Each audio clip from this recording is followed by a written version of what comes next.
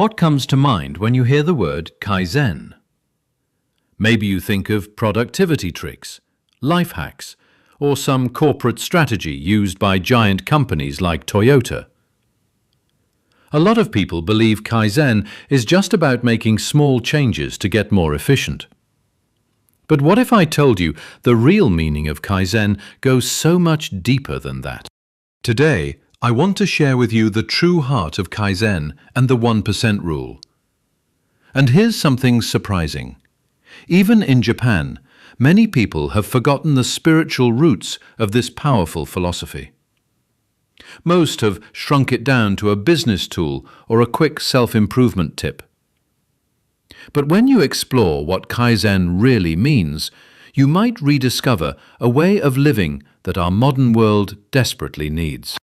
If you want to understand how to transform your habits and your life, not through force, not through willpower, but through a gentle, ancient system, stay with me until the end of this video. In this video, we go deep into the history, philosophy, culture, and traditions of Japan. If you love Japanese culture, this channel was made for you. Subscribe now and come along on this journey. Kaizen has been woven into Japanese culture for centuries. But the world really came to know it after World War II. Back then, Japan was rebuilding itself from the ground up. American business consultants brought quality improvement methods into Japanese factories. But the Japanese didn't simply copy those methods. They reshaped them into something entirely their own. They called it Kaizen. The word itself is made of two parts. Kai means change. Zen means good. Put them together, and Kaizen means continuous improvement, or more precisely, the endless pursuit of becoming better. But here's what most people miss. Kaizen was never just about factories or business. It became a way of life, a philosophy of the spirit. You might think Kaizen is simply doing small things every day. But the true meaning runs much deeper. It isn't about doing more. It's about changing how you see yourself and how you relate to time. In Japanese philosophy, there's a deep respect for the process of becoming. The Japanese don't rush toward perfection. Instead, they honor the journey. Picture a swordsmith in Kyoto. He doesn't forge a blade in a single day. He heats the steel, folds it, hammers it, and repeats this hundreds of times. Each fold is tiny. Each one seems meaningless on its own. But after hundreds of folds, that blade becomes one of the strongest, most beautiful objects in the world. That is Kaizen. Not the big dramatic change, but the quiet, repeated effort that turns something ordinary into something extraordinary. The real meaning of Kaizen lives in patience, in humility, and in accepting that greatness is built slowly. Now, let's talk about the 1% rule. This idea flows straight out of the spirit of Kaizen. The 1% rule says that if you improve by just 1% each day, then after 1 year, you won't be a little bit better. You'll be 37 times better than when you started. That's the power of compounding. But here's the part most people don't understand. The 1% rule isn't a math formula. It's a philosophy. It's about taking away the pressure to be perfect today. It's about trusting the process. In Japan, this trust has a name. It's called Shinyo. Shinyo means faith or trust, not in something outside yourself, but in the natural unfolding of your own efforts. When you live the 1% rule with Shinyo, you stop punishing yourself for not being where you want to be. You stop comparing your beginning to someone else's middle. Instead, you focus on one small action today, just one. And you trust that this small action, repeated with care, will carry you somewhere meaningful. Let me tell you a story that captures this beautifully. There was once a young man living in Osaka. His name was Teshi. Teshi had always dreamed of becoming a writer. But every time he sat down to write, he felt overwhelmed. He would stare at the blank page and think about all the great novels he had read. He compared his empty page to their finished masterpieces, and every time he closed his notebook and walked away. This went on for years. Teshi worked at a small bookshop during the day and spent his evenings frustrated with himself. He told himself he had no talent. He told himself he wasn't disciplined enough. He believed real writers had some special gift that he simply didn't have. One evening, an elderly customer walked into the bookshop. The old man browsed the shelves slowly, running his fingers along the spines of the books. Teshi noticed him and asked if he needed help finding something. The old man smiled and said, "I'm not looking for a book. I'm remembering how each of these began with a single sentence." Teshi didn't understand at first. The old man went on. "Every book on this shelf started with one sentence, not a chapter, not a plot, just one sentence, written by someone who decided that one sentence was enough for today." That night, Teshi went home and opened his notebook. He didn't try to write a novel. He didn't try to write a chapter. He wrote one sentence, just one. The next day, he wrote another.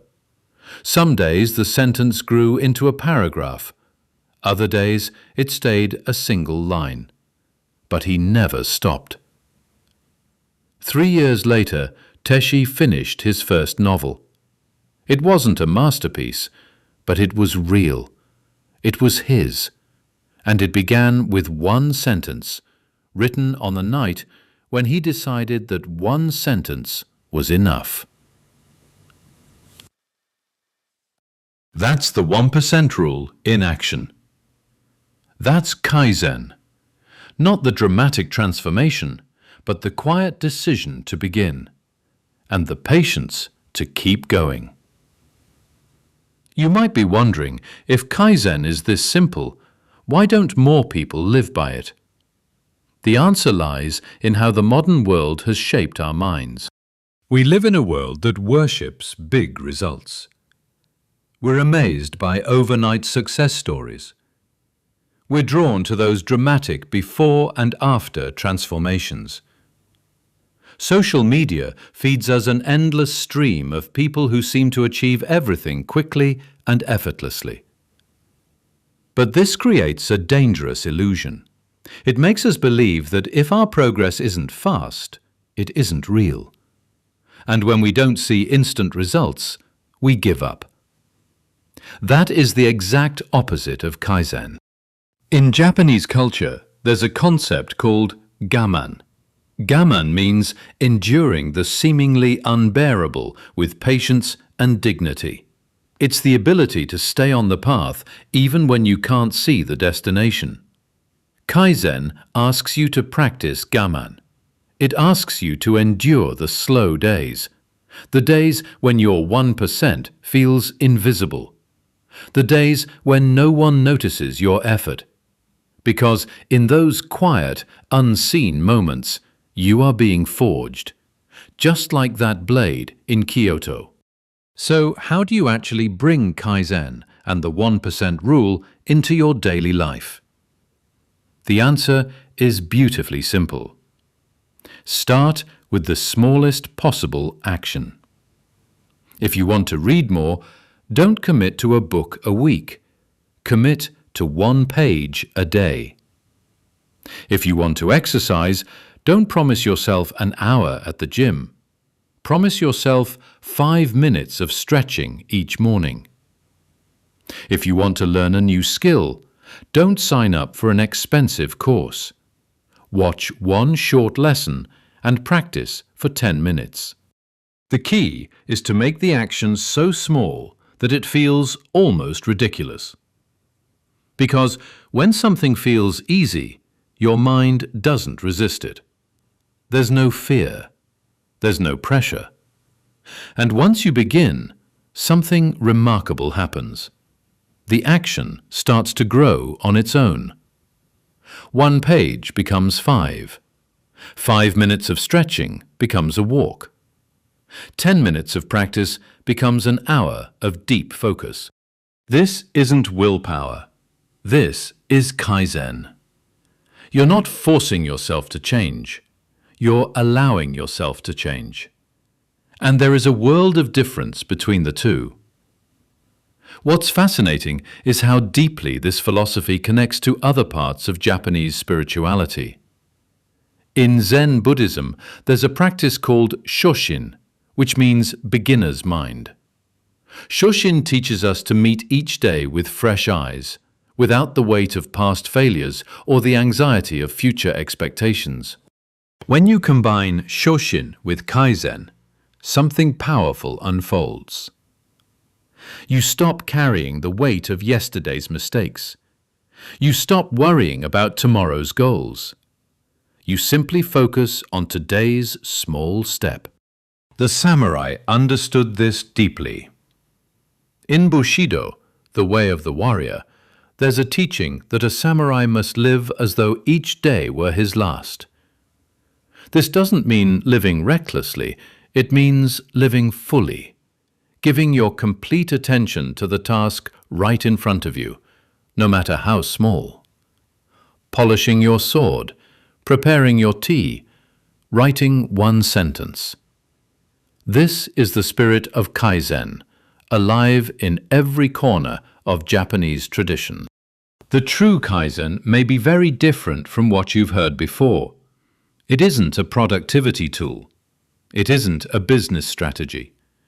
It's a way of seeing yourself and your life with patience, humility, and trust. It's the belief that you don't need to change everything at once. You just need to change one small thing today, and then again tomorrow, and the day after that.